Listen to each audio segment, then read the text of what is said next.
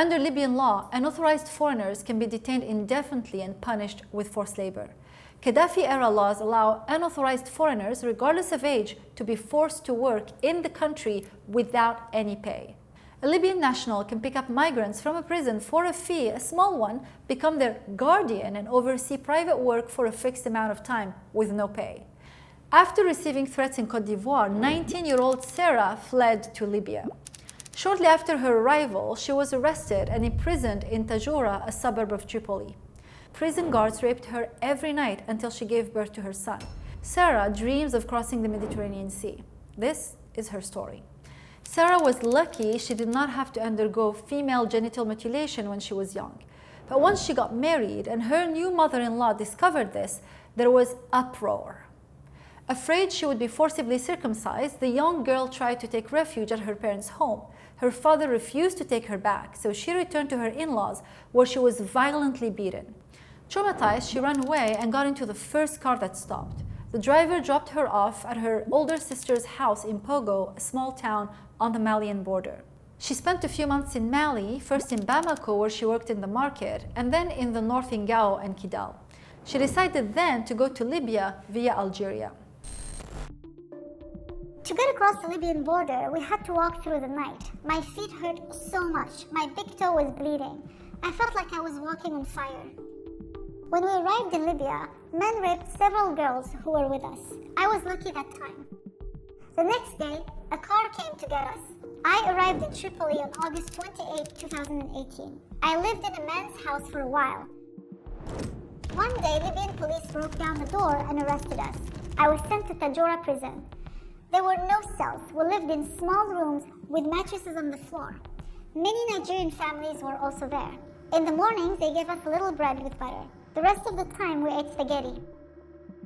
Every day, women were raped by 2 guards. They would come and get them late at night. I would hide under the mattresses so they couldn't see me.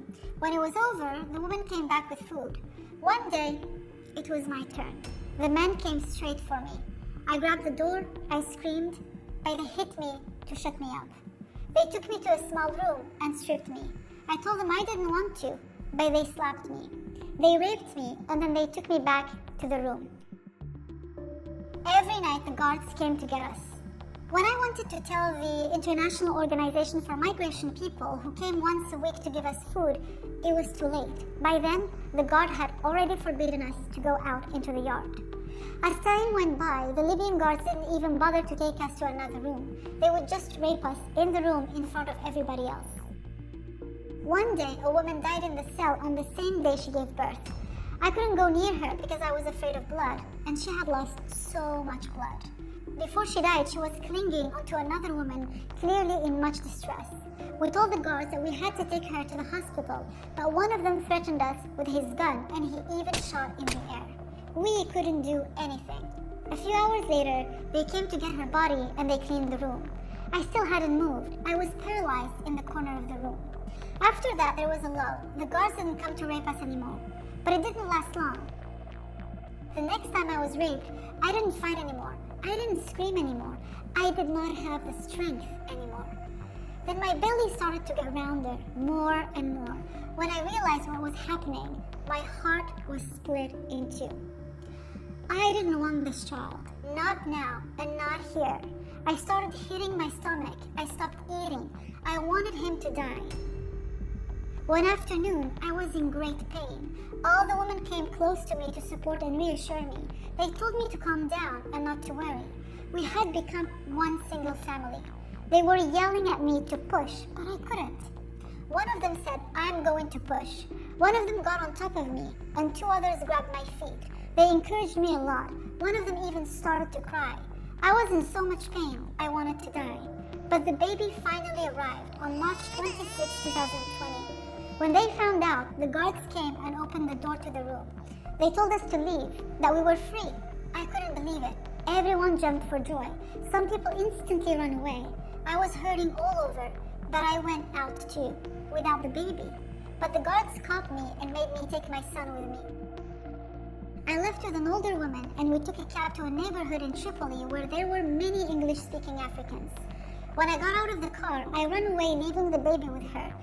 She caught up with me and told me that if I abandoned him, no one would take care of him, and that I had no right to do that because it was God who had entrusted him to me.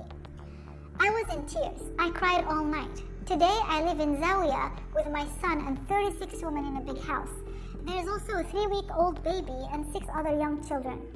As I don't have any work, the other women give me food, boiled potatoes, and I crush some tomatoes into them. In my room, there is no bed. I sleep on a carpet with a small blanket. The other women give me clothes. They are all waiting for a boat to Europe. Before I came here, I had never thought of leaving. But today I would like to get away from all this, even if it's very expensive. It costs 6,000 to 7,000 dinars to get on a boat. If I had the money, I would try my luck. One day maybe. Life is too hard here. Sometimes I hide in the shower and cry, but I would still prefer to die in Libya than go back to Côte d'Ivoire.